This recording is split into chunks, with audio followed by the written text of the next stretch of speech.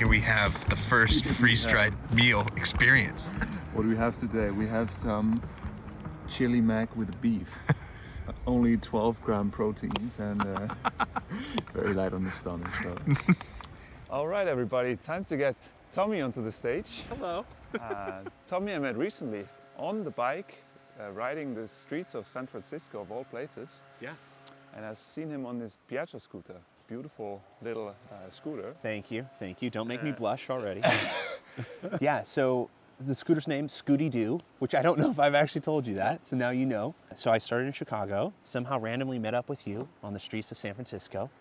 But what I'm doing is essentially finding people who are doing good in their communities, helping others, and then I try and do something that they might want or need, right? So it's trying to get the helpers resources for themselves so that they're encouraged or validated for what they're doing. I didn't think I was going to be doing this on that scooter, but you make work what you have, I don't have a lot of resources, but it turns out it can do some distance. It can do some distance as well, so yeah, now we're friends, we're buds. Oh, good to meet you, Julian. Good to meet you, Tommy. Amazing.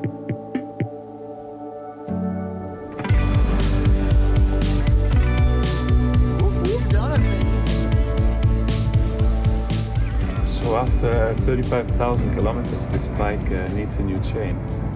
The one we see here is pretty worn out and the links are coming up. So in Portland, just before heading to British Columbia and Yukon, it's time for a new chain.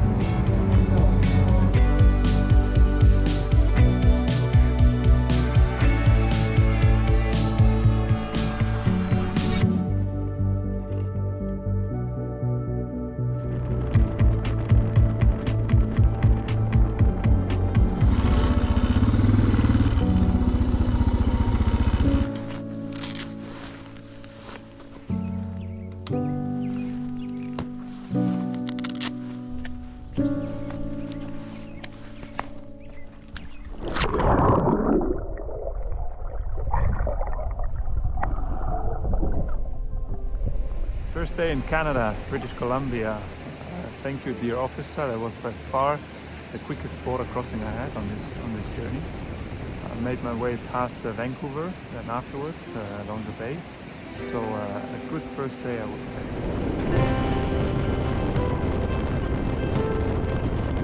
Hey, buddy.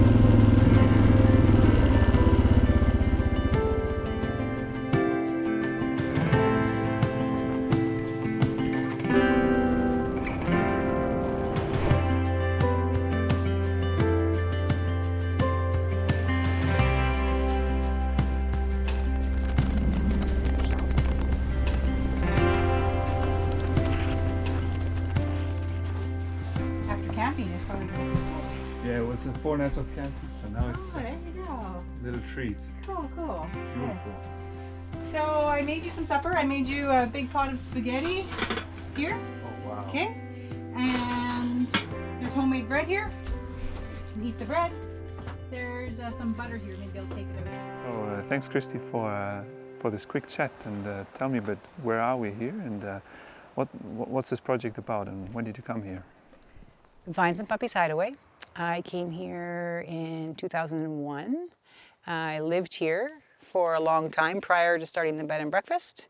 I did 10 years of a real job, hated my life, so I decided to come back here and start the B&B. I am open in the winter as well, but it's a lot more work, just maintaining with the snow and then keeping the cabins warm. And then I always worry about guests. If they don't really know what they're getting into in the wintertime, it takes a lot more work. I read a bit in the book that your mom wrote about you, and one of the themes is freedom.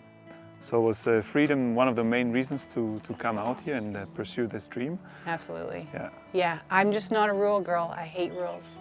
I can't imagine if I had to conform, and I feel like our whole world is just full of rules. Like every single place you go, we're just so controlled. I just prefer to do my own thing. It's just about being, and if you just come here and you respect, and most people can see how hard I've worked and what I've created, you don't need rules. They're just going to treat it good. well said. I like it. Yeah.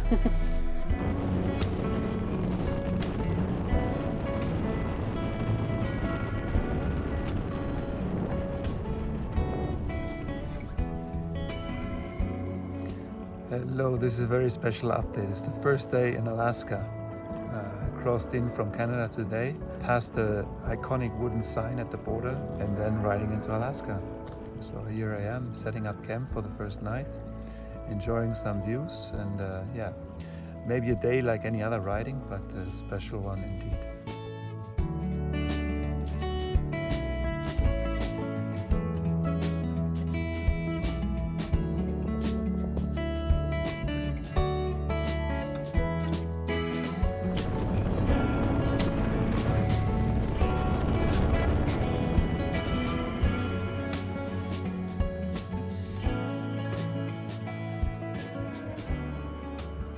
We're on the central Kenai Peninsula.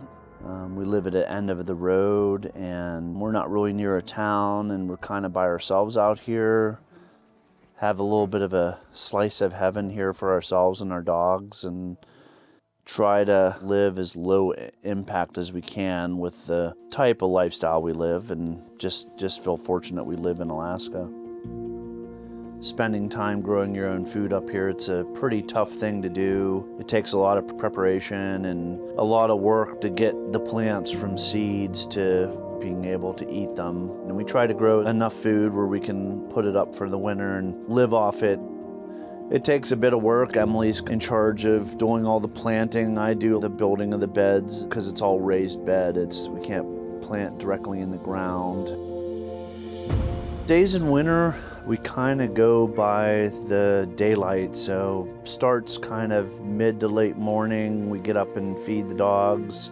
You know, the fire is always going. We have to make a fire for the dog food because that's how we heat up their food. They're really, really well-fed dogs, and we kind of are happy to feed them that way and kind of pride ourselves in the way the dogs eat.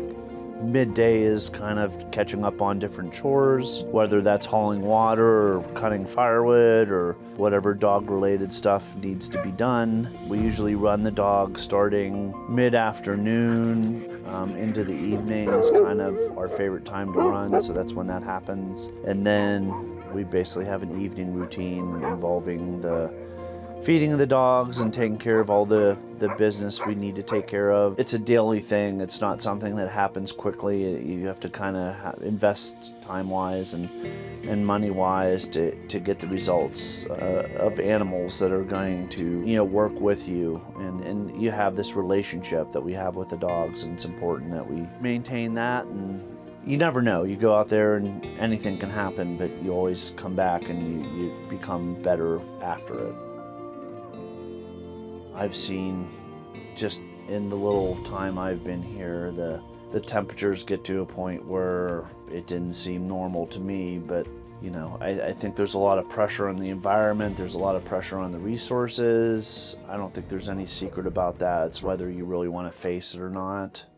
Alaska is one of the last places on Earth where there's actual wilderness and actual wildlife, and to me, it seems like I can see a day, even in my lifetime, some of those are going to be gone just by the pressure of people on that resource. So yeah, it's a real bummer to see, and it's all we have.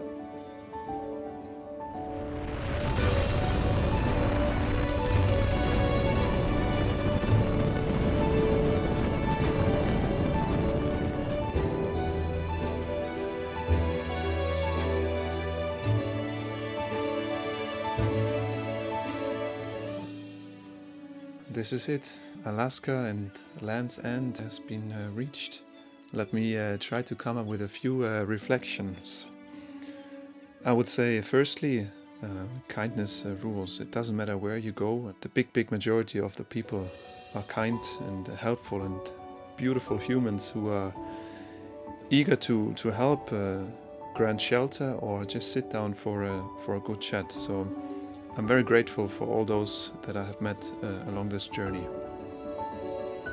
Then next, I would say this is not news, but this planet, nature and the ecosystems and the communities need to be protected. Climate change, even if slowly, is taking its toll, and oftentimes on communities that do not have the resources nor the voice to change matters. And then lastly, you could say happy bike, happy life. my dear Suzuki DR650. What a ride it has been. Time to say goodbye for now, I guess, and next time you will have a name, I promise.